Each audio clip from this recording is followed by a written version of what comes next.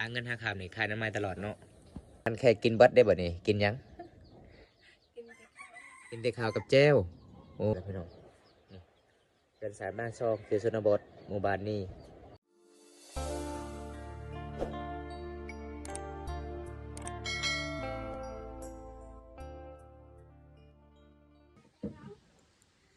เอาสบายดีทุกคนสบายดีบรรยากาศยามตอนเช้าทุกคนเลยเคลียร์ชนบทชมเผ่าบรูมันกองบ้านเฮาช่วงนี้กาสิฮอดหน้าหนาวเลยทุกคนเลยก็เลยเขาเจ้ากะมาพิงไผ่พี่น้อง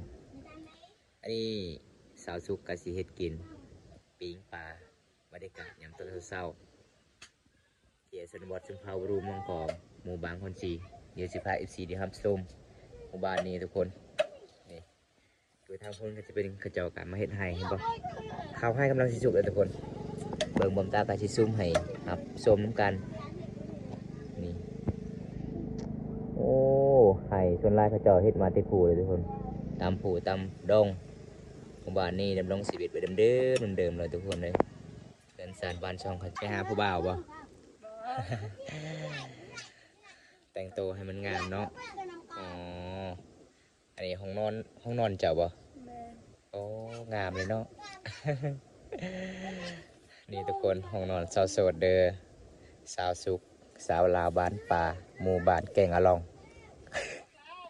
บ้านยังบ้านเจ้า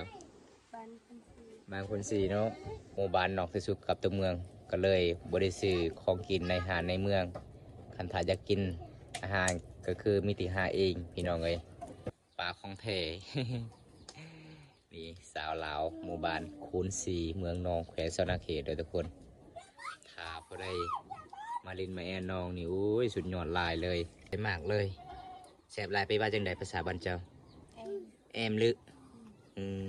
คอยฮักเจ้าเด้มักไม่ยังมักไม่แม่นว่าคือเบิ้นไม่บ่โอ้ภาษามังกรมันก็ต่างนะทุกคนฉันรักเธอคือเบิ้นไม่แต่ไม่แต่ไปเบิ้งคือเลย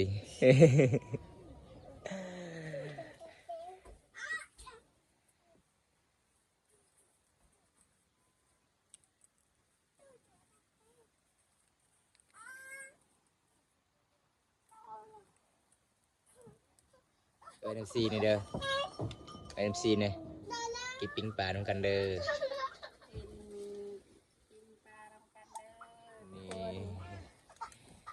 นี่อาหารแซ่บๆตลอดแล้วเนาะเงินเจ้าเนาะขยันหลายเลยเจ้าหาอยู่หากินเลย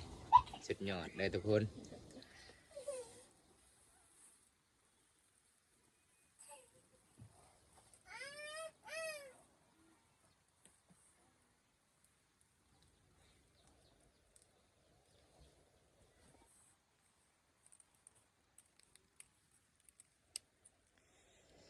เป็นยังไงน้องสาวสุกใกล้ที่สุกเลยบ่อ๋อแสดงว่าไพ่เจ้านี่คงแท้เลยเนาะ ใกล้ที่สุกเลยเด้อพี่น้องเลยน้องเป่าไพ่ตลอดเลย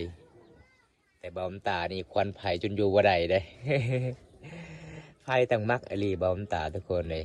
แบบนี้ผู้สาวมักไข่เนี่ยมีแต่ควันไผ่มักแลนเขาใส่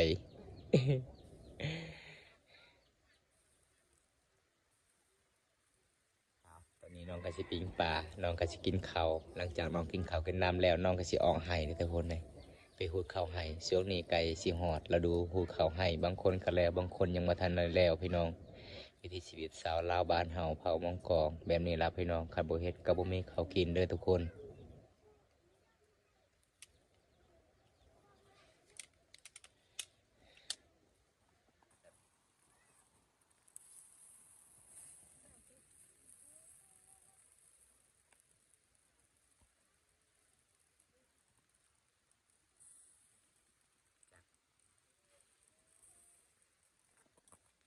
ใส่จะบอกว่าสิสุกแล้วป้าเจ้าคือยังมาทันได้สุก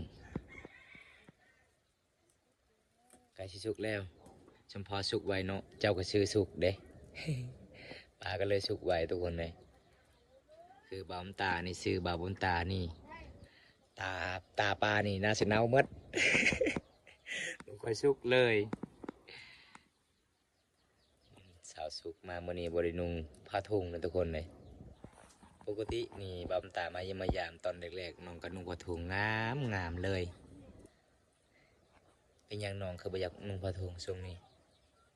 บ่มีผ้าถุงบ่อ๋อถ้ามีอยากได้อยู่บ่อยากได้แบบใดผ้าถุง15,000กีบ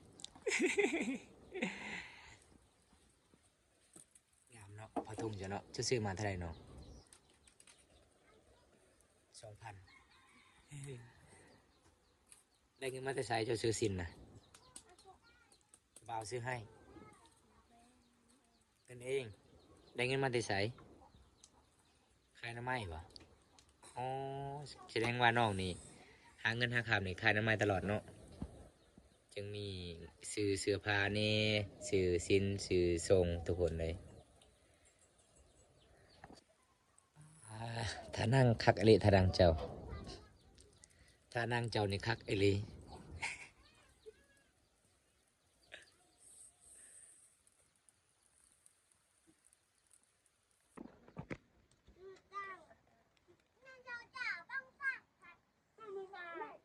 วันนี้มีแขกมาเยี่ยมมายามอยู่เฮือนเนาะ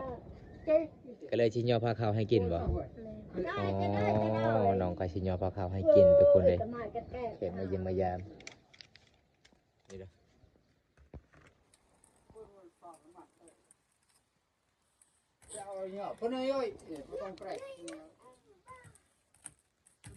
ประเพณีสุนทรมังกรแบบนี้เลยทุกคนสาวลาวเวลาแขกมาเยี่ยมมายามถึงเงินถึงศาลอันนี้ก็คือแขกมาเฮือนมาศาลทุกคนก็เลยสุกกาชิญอพอเขาให้กินทุกคนเป็นตามประเพณีที่12ของ14สุนทรมังกรหมู่บ้านเฮา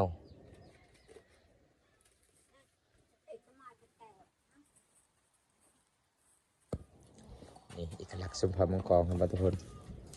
ต้องยอผ้าขาวแบบนี้เลยพี่น้องเวลาแขกมาเยี่ยมมายาม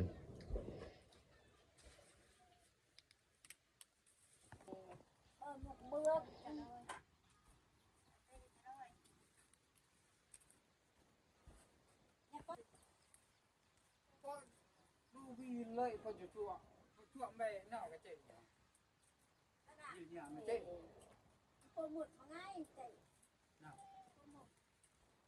ประเพณีของทุกคน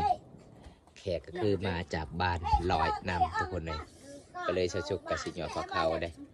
เป็นประเพณีสุภาพมังกรถวายแม่สุกกาสีลมกับแขกก่อนบอกภาษามังกรเลยทุกคนภาษามันแตกต่างกันกับภาษาลาวเลยทุกคนเลยชาวสุกหลังจากย่อพาเขาแขกกินแล้วก็คือเจ้าของเฮือนกินตำลังบ่อ๋อประเพณีบ้านเฮาเนาะคันแขกกินเบัดได้บ่นี่กินหยังกินแต่ข้าวกับแจ่วโอ้คันมีอาหารนี่ต้องย่อแขกให้กินก่อนประเพณีบ้านเฮาคือแบบนี้เนาะตอนนี้เจ้ากินแต่มะเขือ ปลาหมดแล้วเด้อทุกคนเลยน้องก็ย่อแขกมาเยี่ยมมายามพี่น้องจากบ้านอื่นพี่น้องประเพณีสมภารมังกรมีหยังก็ต้องย่อให้แขกกินก่อนเจ้าของเฮือนหรือว่าเจ้าภาพเฮือนกินตำลังเนาะตอนนี้เอิ้น FC นี่เด้อกินข้าวนำกันเด้อ กินข้าว มะเขือกับปลา กับปลา ปลายังหลายอยู่เนาะปลาจากบ่เบิดเนาะแขกกินก็ยังบ่เบิดนี่ทุกคนกินข้าวตอนเช้าเนาะ แม่ เอามากินเลยพี่น้องเลยชาซุกมีอาหารแซ่บๆเลยทุกคน แต่ก็ย่อให้แขกแน่มาเยี่ยมมายามเถือนเถือสารชุดไทยกินปลาไหลกึ่ง อันนี้คือภาษาบ้านเฮาเอิ้นกึ่งมะเขือเลยทุกคน มาทุกคนมากินน้ำกัน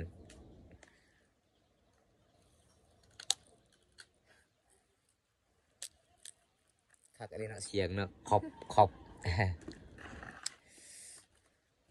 มาทุกคนมาจะโดยนี่แซ่บพี่น้อง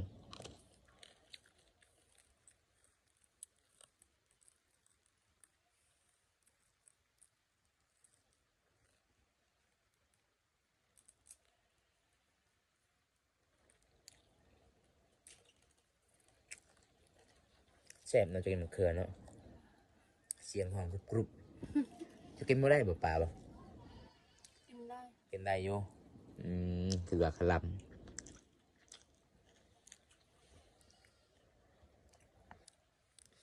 อาหารกับเบิดคำซีเว้าทุกคน นี่สาวงามทำเมนูสุดยอดมื้อนี้เด้ท างใส่มองแน่แล้วก็ได้ปลาแน่มือสารแล้วก็สิมาปิ้งให้ครอบครัวกินทุกคนเลยเป็นบางของน้องประมาณชั่วนี้เลยทุกคนนี่คืออีพอนอนอันนี้ก็คือผู้หญิงขึ้นโมได้จุดนี้เลยทุกคนมันเป็นประเพณีบางพระเจ้ามาจำเหตุมีขึ้นโมได้มีที่ผู้ชายขึ้นได้นั้นสาวสุกประมาณชั่วนี้ข้าวโพดก็มีถามว่าอยากซื้อข้าวโพดน้องก็ขายไปเลย ข้าวโพดคือมักสลีเด้อทุกคนผู้เห็นบ่พระเจ้ากะสีมะเกียมปลูกไว้ปีหน้าพี่น้องก็เฮ็ดให้เฮ็ดสวนบ้านเฮาคือแบบนี้เราลงชีวิตบ้านนอกบ้านนาสาวลาวผับของกองลงสิไปเดิมเลยพี่น้องแซ่บเนาะคนก็งามกินก็แซ่บได้ เอาอิ่มเลยเนาะวันนี้เนาะ อาหารกระแสบเลยทุกคนอาหารธรรมศาสตร์ปลากับปลาธรรมศาสตร์มะเขือธรรมศาสตร์ เอาย่อเลยเอาไว้เลย นี่กินข้าวกินน้ำแล้วน้องก็สิเอาไว้พักเข่าทุกคนเลยเพณีสุภาพมงคลแบบนี้นะทุกคนใจดีมาเฮือนสาวสุขพี่น้องบอกผิดหวังเลย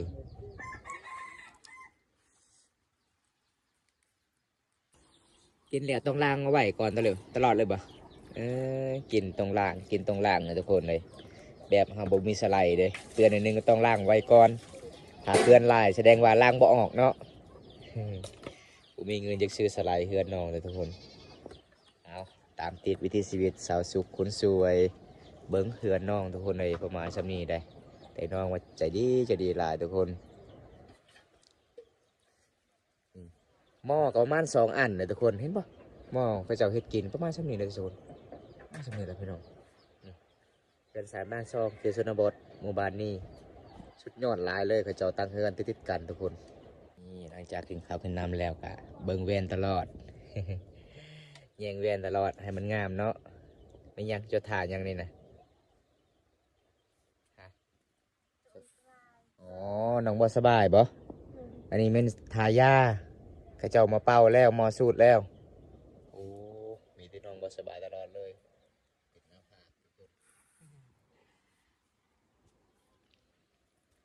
ทุกคนเป็นยังไงเมื่อยปะเมื่อยบ่สบายเนี่ยทุกคนน้องบ่สบายทายาเอาจังใดเฮาก็สิปิดไว้สักนี้ก่อนมื้อนี้พอได้รับชมคลิปนี้แล้วก็ฝากกดไลค์กดแชร์กดติดตามไปเด้อพี่น้อง น้องสุขสาวลาวพามงกองน้องหากระเปิดชมใหม่ๆทุกคนเลยฝากเป็นกำลังใจให้เพิ่นแน่วิถีชีวิตสาวลาวหมู่บ้านนี้บอกเลยว่าสุดยอดทุกคนสุดยอดหลายเลยใจดีทางงามทางสวยสวยแบบธรรมชาติบ๊ายบายซีเนี่ย ได้ บ๊ายบาย